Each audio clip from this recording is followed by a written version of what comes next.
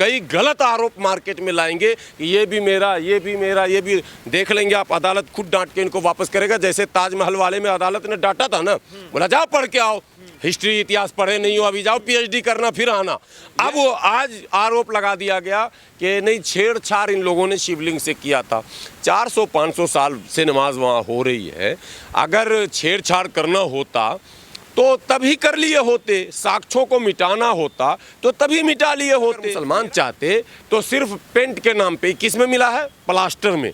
ये तो ऐसा था कि पीओपी करा दिया सब खत्म, पेंट करा दिया सब खत्म। लेकिन नहीं, ऐसा कराने का मतलब है कि ये जो भी चिन्ह बताए जा रहे हैं या तो सरासर बेबुनियाद और गलत हैं। इस एक बात, दूसरी बात ये हुई कि अगर चिन्ह मौजूद है तो इसका मतलब मुसलमानों ने कभी छेड़छाड़ नहीं किया। दो ही बात न मानेंगे, या तो छेड़छाड़ करना होता तो पूरा ही मिटा दिया होता, और अगर चिन्ह है तो इसका मतलब छेड़छाड़ नहीं किया गया। तो छेड़छाड़। हाफिज गुलाम सरवर, सबसे पहले आपका स्वागत है।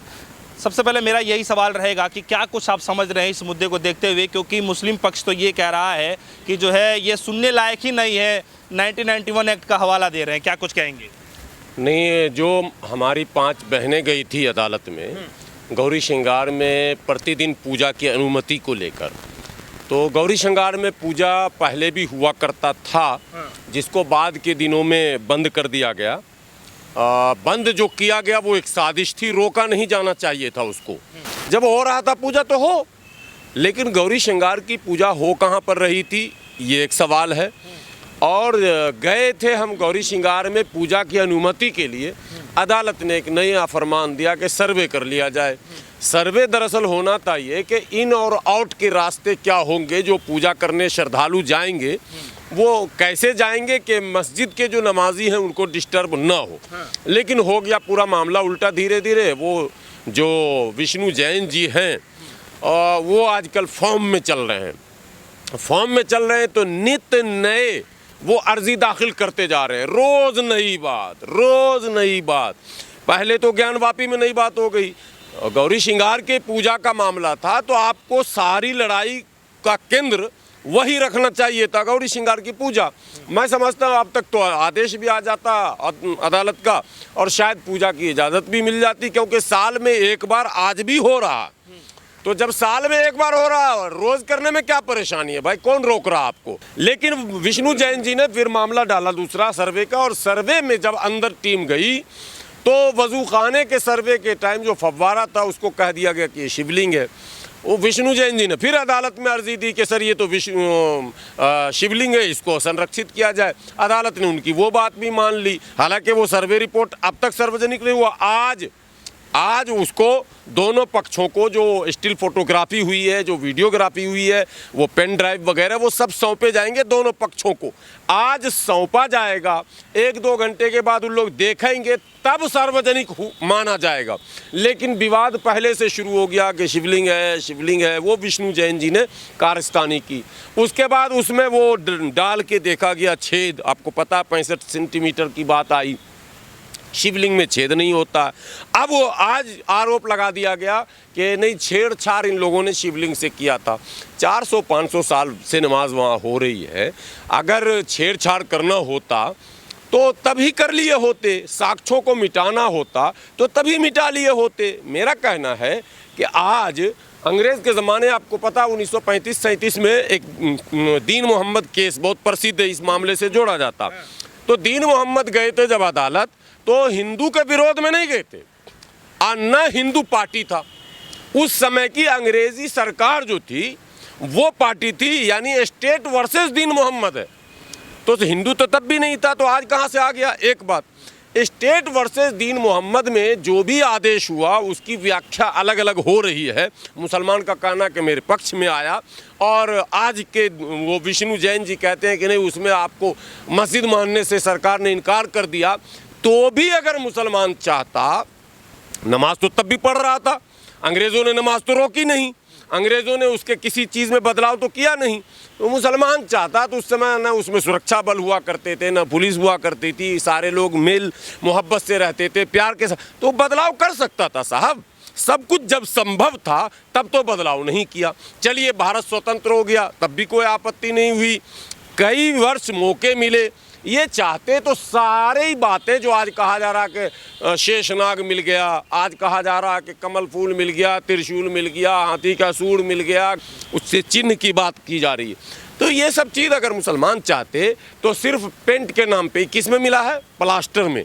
ये तो ऐसा था कि पीओपी करा दिया सब खत्म, पेंट करा दिया सब खत्म, लेकिन नहीं, ऐसा कराने का मतलब है कि ये जो भी चिन्ह बताए जा रहे हैं या तो सरासर बेबुनियाद और गलत हैं। अगर ऐसा होता भी तो भी लोग बदल लिए थे। इस एक बात। दूसरी बात ये हुई कि अगर चिन्ह मौजूद है तो इसका मतलब मुसलमानों ने कभी छेड़छाड़ नहीं किया। दो ही बात ना मानेंगे, या तो छेड़छाड़ करना होता तो पूरा ही मिटा दिया होता, और अगर चिन्ह है तो इसका मतलब छेड़छाड़ नहीं किया गया। तो छेड़छाड़ नहीं किया गया, आज नया मुकदमा दायर किया जा रहा, आज एफआईआर की बात की जा रही है कि शिवलिंग से छेड़छाड़ किया गया, मुकदमा कीजिए, उस पर एफआईआर दर्ज की। माहौल गर्म है, आपको पता ही है।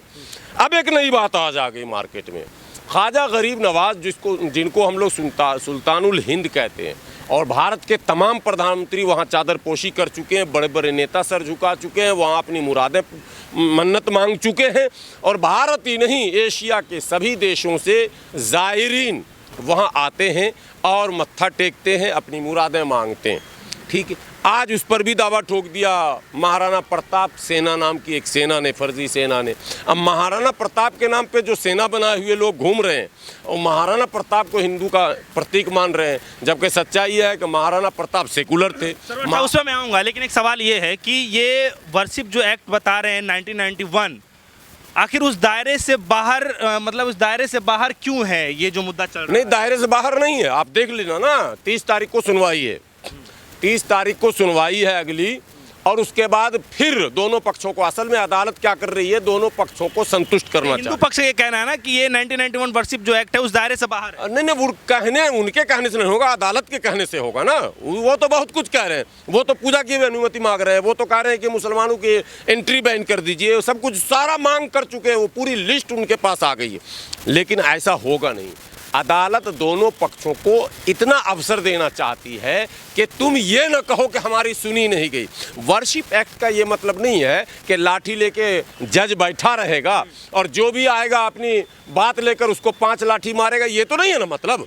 वर्शिप एक्ट का मतलब है कि किसी भी जो कंस्ट्रक्शन है, जो निर्माण कार्य हैं, जो जिसकी जैसी स्थिति है उससे कोई छेड़छाड़ नहीं कर सकता। ये है वर्शिप एक्ट में, एज इट इज़ रहेगा। ठीक है, मतलब स्टेटस को जिसको आप कहते हैं वो मेंटेन रहेगा।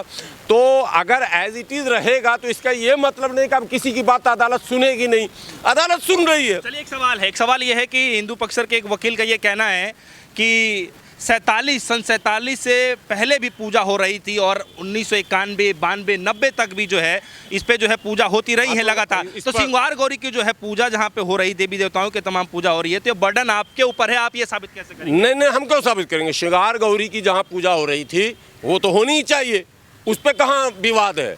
विवाद को इन्होंने बढ़ा दिया ना आगे। नमाज हो रही थी या नहीं हो रही थी, जहाँ नमाज हो रही थी वहाँ नमाज होने दीजिए, जहाँ गौरी श्रृंगार की पूजा हो रही थी वहाँ पूजा होने दीजिए। दोनों क्षेत्र पता है, आप लोग जाइए वाराणसी, पता लगाइए कि कहाँ पर पूजा हुआ करता था। और वहीं के स्थानीय संतों ने प्रतिष्ठित चैनलों पर आकर ये कहा है कि ये सब मनगढ़ंत बयान हैं। जो वर्शिप एक्ट 1991 है वो गौरी श्रृंगार पर रियल में लागू नहीं होगा, क्योंकि उसका जो माने कैरेक्टर है वो पूजे का है, और मस्जिद का जो कैरेक्टर है वो नमाज का है। तो न इधर लागू होगा न उधर लागू होगा। तो आप लड़ाई को दूसरी तरफ ले क्यों गए? दरअसल ले क्यों गए ये बताता हूँ। ले इसलिए गए, और वर्शिप एक्ट का बार बार जिक्र भी आ रहा है, और वर्शिप एक्ट को सुप्रीम कोर्ट में चैलेंज भी कर दिया गया 2 लोगों के द्वारा। हाँ, क्यों? ये इसलिए हो रहा है कि वर्शिप एक्ट से इनको ये लग रहा है कि हमारा जो ये पॉलिटिकल खेल है, कल इस पर दावा, परसों इधर, मैं फिर कह रहा हूँ ना, अभी जैसे इन्होंने दावा ठोक दिया अजमेर शरीफ पर, इन्होंने दावा ठोक दिया टीले वाली मस्जिद पर, इन्होंने दावा ठोक दिया दिल्ली की जामा मस्जिद पर, और इनका कहना 30,000 40,000। ये वर्शिप एक्ट बनाया ही इसीलिए गया था कि भविष्य में इस तरह के विवादों को बल न मिले, ये विवाद कभी आगे न बढ़े, क्योंकि भारत धर्म प्रधान देश है, यहाँ सभी धर्म के लोग हैं, केवल मस्जिद मंदिर का डिस्प्यूट नहीं है। तो ऐसा न हो भविष्य में कभी भारत में धार्मिक उन्माद न बढ़ जाए, धार्मिक टकराव न बढ़ जाए, इसके लिए ये एक्ट लाया गया था। ये एक्ट देश में शांति, भाईचारा, प्यार और मोहब्बत के लिए लाया गया था। अब ये उनके पेट में दर्द है जो लोग प्यार, मोहब्बत, भाईचारा, अमन और शांति के दुश्मन हैं। वो तो ये कह रहे हैं कि पेट में आप लोगों के दर्द है कि जब 90-91 में जब पूजा होती थी तो आप क्यों तकलीफ अरे है? पूजा का विरोध ही नहीं हो रहा कहीं, बात ये मैं कह रहा हूँ। पूजा होती थी तो काशी में होती थी, अजमेर में क्या होता था? अंधे हो, अजमेर में तमाम प्रधानमंत्री चादर चढ़ाने जा चुके हैं भारत के। अभी भी प्रधानमंत्री की तरफ से केंद्रीय मंत्री जाते हैं, पिछले साल भी नकवी साहब गए। तो अभी यहाँ क्या होता था, क्यों दावा ठोका? इनके इन करतूतों से ये साबित होता है कि ज्ञानवापी में भी ये बदमाशी कर रहे हैं। चूँकि आप जब कई चोरी कर लेंगे तो फिर आपको प्रूफ करने की ज़रूरत नहीं पड़ेगी। आप जब कई गलत आरोप मार्केट में लाएंगे कि ये भी मेरा, ये भी मेरा, ये भी, देख लेंगे आप, अदालत खुद डांट के इनको वापस करेगा। जैसे ताजमहल वाले में अदालत ने डांटा था ना, बोला जाओ पढ़ के आओ, हिस्ट्री इतिहास पढ़े नहीं हो, अभी जाओ PhD करना फिर आना। यही चीज़ कुतुब मीनार में इनको सुनने को मिलेगा, पहले PhD करो, हिस्ट्री करो। हिस्ट्री पर मैं एक बात बता दूं, जो विष्णु जैन जी हैं, ये बार बार अंग्रेज़ इतिहासकार की किताबों को कोट कर रहे हैं कि फला अंग्रेज़ ने ये लिखा, फला अंग्रेज़ ने ये लिखा। मैंने कहा, और मैं फिर आपके चैनल के माध्यम से देश के लोगों से कह रहा हूँ, BD शुक्ला जी ने किताब लिखी है, आप उसको पढ़िए, और तिवारी जी ने किताब लिखी है, उसको पढ़िए। जो ब्राह्मण लेखकों ने लिखा उसको क्यों नहीं पढ़ रहे, जो हमारे देश के हैं? अंग्रेज़ तो विदेशी था, उसने जो हिस्ट्री लिखी, 150 वर्षों में अंग्रेज़ों को जो अवसर मिला उसने यही काम किया। मेरा कहना, अगर अंग्रेज़ ईमानदार होता तो इन मुद्दों को समाप्त कर जाता। जो अंग्रेज़ हमें तोड़ कर गया, उसके हिस्ट्री से आप उम्मीद रखते हैं कि वो हमें जोड़ने की बात करेगा? हो ही नहीं सकता ऐसा। ये तो अंग्रेज़ों की हिस्ट्री आप मत पढ़िए, भारत में जिन लोगों ने, हिंदुओं ने, मुसलमानों ने, सबने लिखी है। वो ज्ञानवापी के ऊपर भी किताबें लिखी है, औरंगजेब के दूसरे कारनामे पर भी किताब लिखी है, और सब जगह तारीफ नहीं लिखी है। उसकी शिकायत भी है, उसकी तारीफ भी है। उसने दान दिया। प्रयागराज और काशी की कितनी दूरी है? प्रयागराज में कई एकड़ ज़मीन मंदिर को औरंगजेब ने दान दिया। ये ऑन रिकॉर्ड लिखा हुआ। और क्या कहते हैं, इलाहाबाद विश्वविद्यालय के प्रोफेसर ने इस बात को माना। साहब, आप देश के इतिहासकारों को पढ़ते नहीं हैं, विदेशी इतिहासकार को पढ़ते हैं और उसी में चलते। तो ये जो मैंने वर्शिप एक्ट है 1991 का, the places of worship special provision act 1991, ये बिल्कुल अप्लाई होगा हर जगह और इस पर अमल होगा। इनको लग रहा आज़ादी जो है 2014 में मिली, कुछ मुट्ठी भर चिंटू जिनको आप कह रहे हैं कि जो है धार्मिक सद्भावना को जो है ठेस पहुंच सकता है, माहौल बिगड़ सकता है। तो उनके जो पक्षधर हैं, हिंदू पक्षधर के जो वकील है, वो ये कह रहे हैं कि जब विराट एक शिवलिंग मिला है और उस शिवलिंग के जो है उस पर जो है ये लोग बार बार दावे कर रहे हैं कि हमें वजू वहीं पे करना है, तो फिर ये बता दीजिए कि जो है धार्मिक संभावना कौन बिगाड़ने की कोशिश कर रहा है? नहीं, शिवलिंग मिला कैसे आपने कह दिया?